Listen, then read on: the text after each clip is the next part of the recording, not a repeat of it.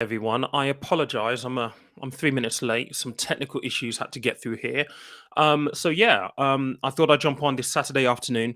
Some interesting news on mortgages that I think are worthwhile going through.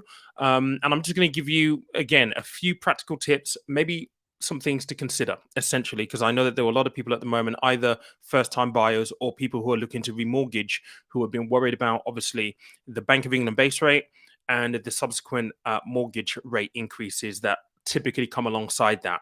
Let me just share my screen with you very, very quickly before we get into this, just to provide a little bit of context around the situation and where we find ourselves at this point in time. So this right here is the Bank of England base rate. I mean, this chart is from the Bank of England website, and it goes all the way back into 2008 right here, where the rate was, just over 5%. This is where we are currently. The last interest rate by the Bank of England took us up to 4%, which is the highest we've been since, for a very, very long time, since 2008, really, to be honest. And obviously, we know that that number is also driven by the inflation number. Now, the good news is that at the last check, inflation dropped by 0.4%. So it was 10.5% beforehand. It's now 10.1%. This is a good indication. But I think for people, let's just maybe provide a little bit of context before we actually get to how this relates to mortgage rates. This inflation rate that you're seeing right here at 10.1%, yes, it's a reduction in the rates that we have seen, and we're seeing it reverse on itself, start to come down.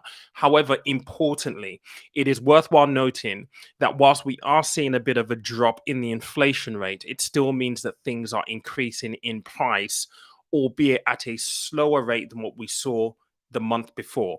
And when you really dig into the numbers behind this 10.1% rate right here, is actually driven by the fact that the cost of fuel and dining out had decreased over the past month. Now, I did a reel on Instagram just kind of explaining, well, are you going to see the benefit of this reduction in inflation in your weekly shop? The answer to that is no, because you may not be dining out anyway. And yes, you might see it in terms of fuel costs, so petrol, diesel, that kind of stuff. But day to day, you're probably still going to see the pinch. The big takeaway here is prices are still going up, albeit at a lower rate. And really what we need, because the Bank of England target for inflation is 2%, we need to start to see this fall quite considerably. So what we saw is over the past 2-3 months, let's just get back to this chart right here. Over the last 2-3 months, and if I just zero in here, actually, what we'll find is we have seen an increase in the base rate December. We also saw one in February as well. Okay. And now we've also seen, we're at 4% right now. The consensus is we'll continue to see this increase, but I'll touch on that in a moment. Now, crucially, let me just get rid of this. Crucially, what tends to happen is when we see the Bank of England base rate increase, typically mortgage rates increase alongside that. And if you look back over the Bank of England base rate increases through 2022, pretty much every single time, if you're on a standard variable rate mortgage or you're on a tracker mortgage of some kind, you would have seen that your mortgage payments would have increased with that as well. Now, that has led to a lot of people who are in fixed rate mortgages to be a little bit concerned because, as we've already established on the channel, there are about 1.2, 1.4 million mortgages, fixed rate mortgages, that are going to come out of their fixed rate this year, starting in spring. And I've covered a lot on the channel previously around some of the provisions that was even in the budget, the last budget, not spoken about, to kind of help people ease the pain a little bit that they might feel. Suffice to say, though, there are a lot of people who have mortgages right now who are currently fixed, who are worried about the impact of the Bank of England base rate and what it's going to do to their mortgage repayments once they come off their fixed rate. So, really, really important point. Now, the news that we're hearing today is that There is this consensus, and I did a video about 2 and a bit weeks ago. I was speaking to Sam, who's also a mortgage broker. He was talking about the fact that, unlike 2007 and 2008, when we had that financial crash, there wasn't really a lot of money for lenders to lend to people in by way of mortgages. And that's a really interesting take. So I'll come to this article in a moment. Let me just crash this for the time being because there's a little bit more context I need to provide for you guys. So now the difference is that there is a lot of money that these lenders have available to them to lend to people, right? To people who want to remortgage, people who want to buy properties. And the reality of the matter is we're in this really conflicting concoction of circumstances right now where if the bank rate goes up, and mortgage rates go up, well, what that means is that people aren't going to feel as enthusiastic to borrow money via a mortgage. Therefore, that can damage the property market in terms of property prices falling, which will be good for first time buyers, not good if you already own a property, right? So there's this conflicting thing. And you've also got to remember as well that one of the key things that is important to our economic situation right now is GDP, economic growth, right?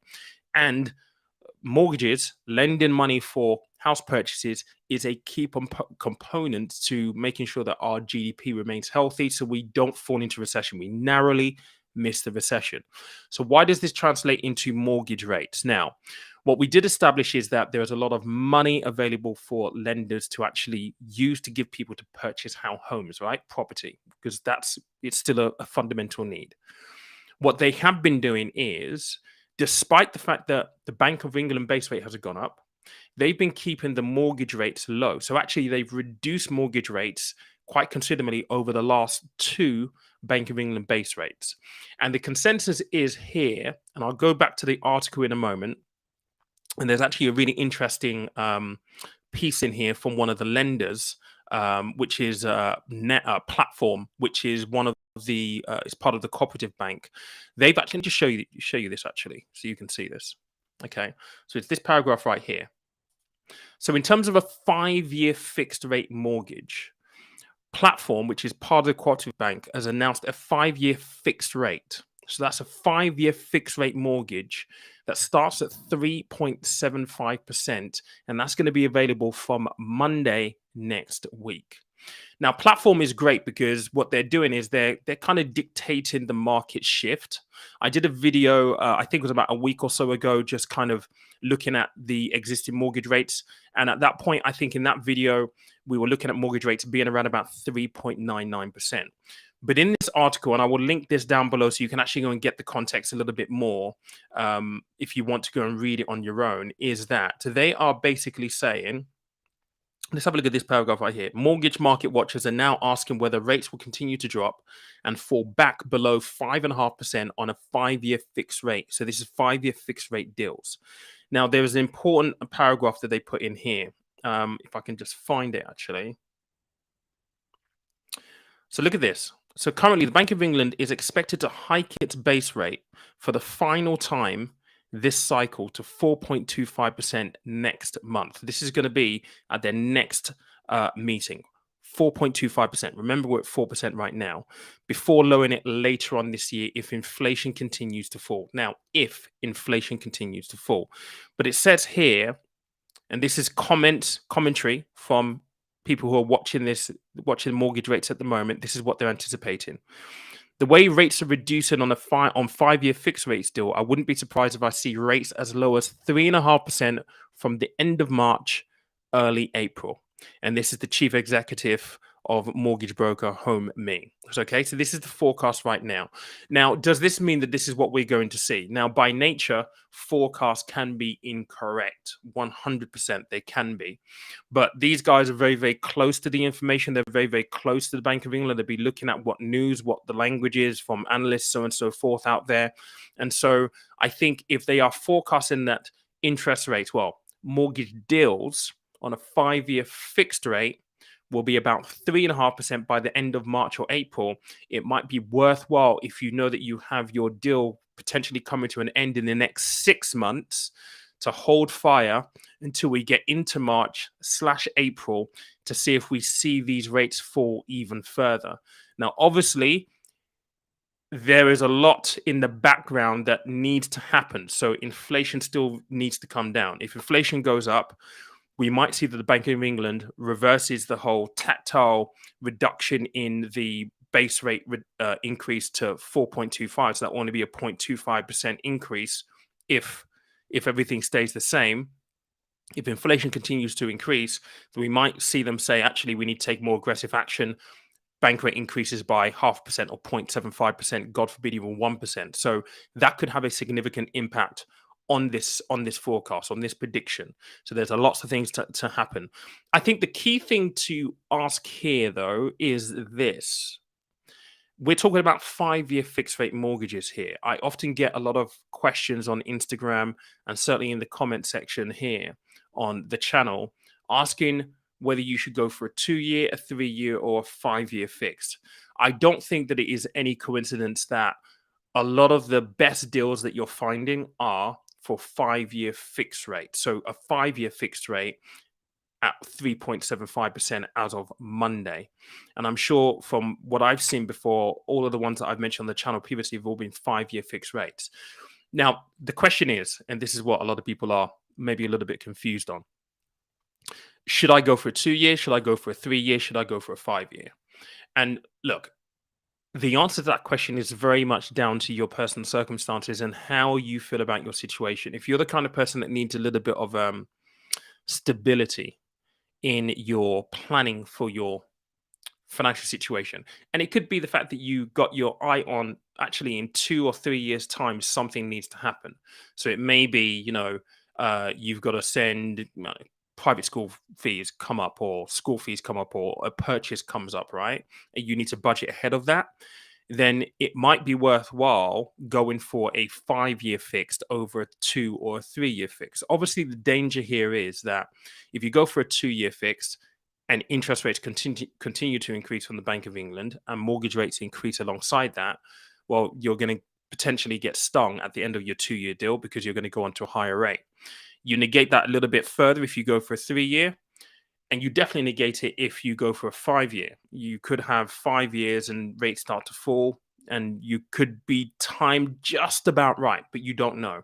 A lot of this stuff is crystal ball stuff, right? We're trying to make the best guess decision or guesstimate. That's not even a word, but the best estimate or the best guess that we can for what we think might happen in the future. I think the big disadvantage of going for like a 5-year fixed rate is that if you do find that interest rates reverse, we get back into a low interest rate environment, which I don't know that anyone who works in mortgages or works in the financial services industry is projecting will happen. I think the time of low interest rates has definitely gone. I think 4, 5, maybe even 6% bank rate is probably where we're going to see things moving forward. But let's just say that didn't happen, and we continue down this path of low interest rate environment. Then in a 5-year, you've got to pay early repayment charges, which can be quite hefty. So it's 5, 4, 3, 2, 1. So if you're anywhere within that period of time, so 3 years or 2 years left on your deal, you're probably going to pay a 2% early repayment charge. That's the real disadvantage of going for a 5-year, but it allows you to budget a little bit more. I think for anyone who is watching this and is maybe just a little bit kind of apprehensive, because look, we're going to see energy prices go up again in April, right? We're going to see the price cap increase. So we are still going to be under financial pressure for sure.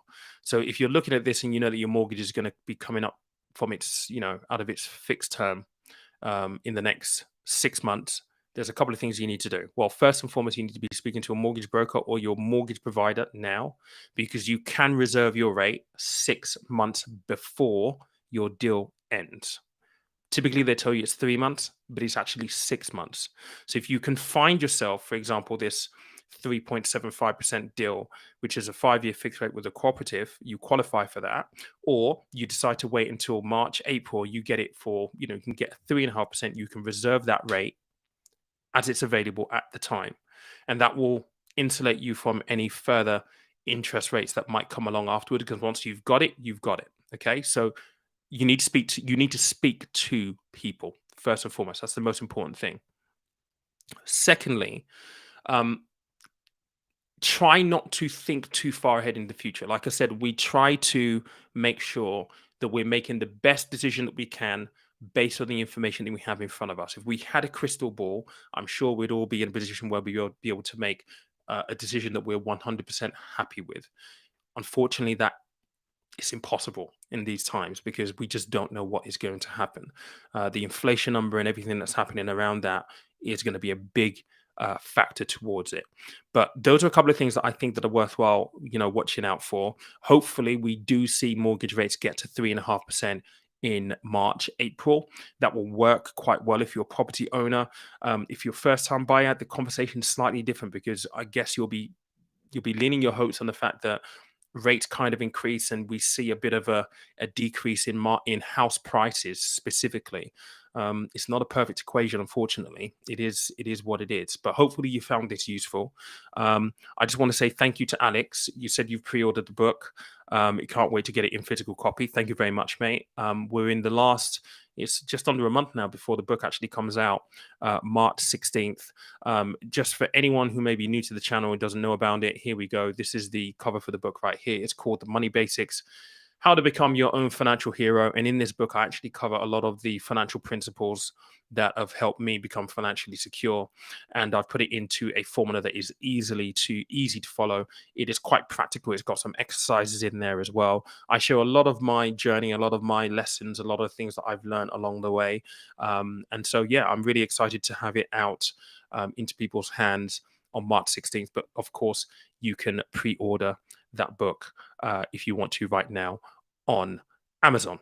But there we go. I hope you found this useful. If you do have questions, put them down in the comment section down below. But other than that, enjoy the rest of your Saturday evening, afternoon. I'll catch you later on.